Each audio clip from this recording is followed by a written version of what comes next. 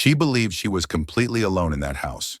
The mansion was silent, heavy with wealth that never belonged to her. Naomi Brooks moved carefully, her hands steady, her heart trained not to hope for anything more than another honest day of work. Then she saw it.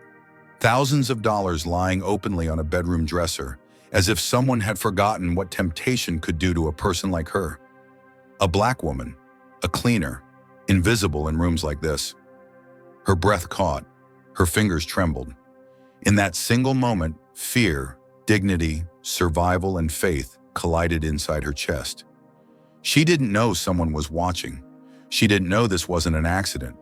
And she didn't know that one quiet decision, made in silence, without witnesses, was about to destroy a billionaire's beliefs, ignite buried racism, and expose a truth no one in that house was ready to face. Stay with this story, because what happens next will shock you in ways you won't see coming. Daniel Whitmore had stopped believing in people a long time ago. Not loudly, not bitterly. He didn't rant about human greed or post cynical quotes online. He simply tested everyone, quietly, methodically, and without mercy. For 15 years, every new employee who stepped into his mansion in Chicago faced the same invisible trial. Daniel would leave cash lying in plain sight, sometimes a wallet on a kitchen counter, sometimes a thick envelope on his desk, and sometimes, like today, $18,000 spread across the dark wooden dresser in his bedroom. It wasn't an accident, it was a trap. Every single person failed. Drivers, assistants, house managers, gardeners, men in pressed shirts, women who smiled politely and thanked him for the opportunity. Sooner or later, the money vanished. Some took it all, some took just a few bills, convincing themselves it didn't count. To Daniel, it all meant the same thing. Everyone had a price. That belief hardened after Clara left him. Clara Whitmore, his ex-wife, had once sworn she loved him for who he was. But the moment she found someone richer, louder, more glamorous, she walked away without hesitation. She moved to New York, chasing a life of galas and polished appearances, leaving Daniel alone in a mansion that suddenly felt like a museum of disappointments. So when his assistant told him a new cleaning worker would start today, Daniel didn't feel hopeful. He felt curious. He placed the money carefully on the dresser, spread just enough to be impossible to ignore. Then he stepped behind the bedroom door, leaving it slightly open. From there, he could see everything without being seen. The doorbell rang downstairs.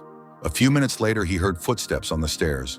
Slow, careful, respectful, not rushed, not entitled. Then she entered the room. Naomi Brooks. She was in her early 30s, wearing a simple cleaning uniform that had been washed too many times. Her sneakers were worn, but clean. Her hair was neatly pulled back. There was nothing flashy about her, but there was something unmistakable in the way she walked. Dignity. She set her cleaning supplies down and froze. Her eyes landed on the money. For a moment, the room went completely still. Daniel held his breath. He had seen this moment hundreds of times. The hesitation, the internal calculation, the subtle glance around the room to check if anyone was watching. Naomi's hands trembled slightly. A bottle slipped from her grip and hit the carpet with a dull thud. Daniel clenched his fists. Here it comes. But Naomi didn't rush forward. She didn't smile. She didn't panic. She stepped closer, slowly, and knelt by the dresser. She picked up the bills, one by one. Not to hide them. She straightened them. She aligned the edges carefully, separating the denominations. Her lips moved as she counted under her breath, steadying herself. Then she pulled a small notepad from her pocket and wrote something down. $18,000 found on bedroom dresser. She placed the note beneath the stack, set the money neatly in the center of the dresser, and closed her eyes. "Thank you, God," she whispered, "for honest work. Please help me always do what's right." Daniel felt something crack inside his chest. In 15 years, no one had ever done that. No one had thanked God for a job. No one had documented the money. No one had walked away from temptation like it wasn't even a choice. Naomi turned back to her supplies and continued cleaning as if nothing extraordinary had happened. But everything had changed. 2 hours later, she knocked on Daniel's office door. "I'm finished, Mr. Whitmore. Is there anything else you need?" Daniel studied her face. There was no fear in her eyes, no guilt, just professionalism. "No," he said quietly. "That will be all." She smiled, not the kind meant to impress, but the kind that came from pride in a day's work. "Thank you, sir. Have a good evening." Over the next few days, Daniel watched closely. Naomi worked with care. She didn't waste supplies. She treated the house with respect, like it wasn't hers but still mattered. When he spoke to her, she listened. When he thanked her, she nodded, never fishing for praise. One afternoon, he asked, "Why cleaning?" She didn't flinch. "Because it's honest work," she said. "God gave me strength. It would be ungrateful not to use it." That answer stayed with him. At the end of the week, Daniel left a wallet with $500 on the living room table. Naomi found it. She placed it in a drawer and left a note. "Wallet found in living room, secured." That night, Daniel raised her pay. Naomi looked stunned. "Sir, I just did my job." "That's exactly why," he replied. She thanked him, not with excitement, but with quiet gratitude. Then Clara called. "I'm coming back," she said over the phone. "New York was a mistake. I want to talk." Daniel looked across the room at Naomi, who was silently organizing a bookshelf, careful not to interrupt. "When?" he asked. "Monday morning. I'll stay a few days." When he hung up, Naomi noticed his mood shift. "Everything okay, sir?" "My ex-wife is returning." Naomi nodded once. "If you need privacy, I can adjust my schedule." Daniel was struck again by her awareness, her restraint. "No," he said. "You're a professional. Stay." That night, Daniel couldn't sleep. On one side was Clara, elegant, sharp, obsessed with appearances. On the other was Naomi, a black woman society barely noticed, and yet possessed more integrity than anyone he'd known. He didn't realize it yet, but a battle had begun. Two visions of the world were about to collide, and Naomi Brooks, without knowing it, was standing at the center of the storm. Let me ask you something. Have you ever seen someone judge the moment they walked into a room? Before they spoke, before they acted, before they were given a chance? Leave your answer below. Clara Whitmore arrived on Monday morning like a memory Daniel had tried to erase. A black SUV rolled into the driveway of the Lakeview mansion, its polished surface reflecting the quiet street. The driver stepped out first, opening the door with practiced elegance. Clara emerged slowly, sunglasses on, designer coat perfectly fitted, her presence commanding attention even before she spoke. "Daniel," she said, opening her arms as if nothing had ever broken between them. Daniel accepted the hug, but his body remained stiff. Her perfume was the same, expensive, carefully chosen, impossible to ignore. Everything about her still announced status. "I missed you," Clara whispered. Daniel said nothing. From the kitchen doorway, Naomi Brooks paused mid-motion, a stack of folded towels in her hands. She didn't stare. She didn't linger. She simply lowered her gaze and waited, instinctively shrinking her presence the way she'd learned to do in spaces where she didn't belong. Clara noticed her anyway. Her eyes flicked toward Naomi for half a second, long enough to assess, categorize, dismiss. "Who's that?" Clara asked, her voice light. "Our cleaning staff," Daniel replied. "Her name is Naomi." Clara nodded once, uninterested. "I see." That was all. From that moment on, the house changed. Clara moved through the rooms as if reclaiming territory. She didn't raise her voice. She didn't insult Naomi directly. What she did was worse. She erased her. "Daniel, the bathroom upstairs needs more attention," she'd say, glancing past Naomi as if she were part of the furniture. "These towels should be folded tighter." "Maybe next time, use less of that cleaner. It's strong." "Yes, ma'am," Naomi answered every time. She worked harder, quieter, more carefully than before. Daniel watched it all with growing discomfort. Clara didn't see herself as cruel. In her mind, this was order, hierarchy, the natural arrangement of things. But something about the way Daniel spoke to Naomi unsettled her. He said thank you. He asked if Naomi needed anything. He acknowledged her presence. One afternoon, Daniel complimented the way Naomi had organized the library. "You took real care with these," he said. "I appreciate it." "Books matter," Naomi replied softly. "They hold people's lives." Clara stood at the hallway entrance watching. She didn't like the tone. She didn't like the respect. And she definitely didn't like that it was being shown to a black woman whose job, in Clara's mind, was to remain invisible. That night, Clara confronted him. "You've been distant," she said, sitting across from him in the study. "You just got back," Daniel replied. "We're adjusting." "You talk to her more than you talk to me." Daniel frowned. "That's not true. You praise her. You thank her. You treat her like an equal." Clara forced a smile. "People like that can misunderstand kindness, Daniel." "People like what?" he asked sharply. Clara waved it off. "You know what I mean. Boundaries matter." Daniel didn't answer, but Clara had already decided. If Daniel wouldn't put Naomi back in her place, she would. The idea formed quickly. Clean, elegant, devastating. A birthday party. "Your birthday is coming up," Clara said 2 days later. "Let me host something small. Just friends. People who matter." Daniel hesitated. "I don't want anything extravagant." "Of course not," Clara said sweetly. "Just something tasteful." Behind the smile, she was planning a public lesson. She asked Naomi to help serve at the party. "I've never done that," Naomi said carefully. "I usually just clean." "You're polite, presentable," Clara replied. "You'll be fine." Naomi hesitated, but she agreed. Saying no had consequences people like her couldn't afford. The night of the party arrived wrapped in luxury. Luxury cars lined the street. Guests in tailored suits and silk dresses filled the living room with laughter, wine glasses clinking like quiet applause. Lawyers, developers, doctors, old money families who'd known Clara long before Daniel. Naomi stood at the edge of the room with a tray, dressed in a borrowed black uniform, her posture straight, her hands steady. She could feel the looks, curious, measuring, dismissive. "Is she staff?" someone whispered. "Must be," another replied. Clara watched from across the room, satisfied. Then she raised her glass. "May I have everyone's attention?" she said, her voice carrying easily. The room fell silent.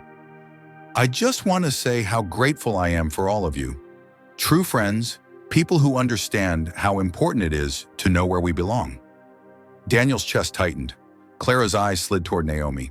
"Take Julia, sorry Naomi, our cleaning help," Clara continued smoothly. "She works very hard, but hard work doesn't mean crossing boundaries, does it?" Naomi froze. The room held its breath. "Some people forget their place," Clara said, smiling, "and it's our responsibility to remind them, with kindness." A few guests chuckled. Others looked away. "Naomi," Clara called, "come here." Every instinct told Naomi not to move, but she did. She stepped forward, tray trembling slightly. "Do you enjoy your job?"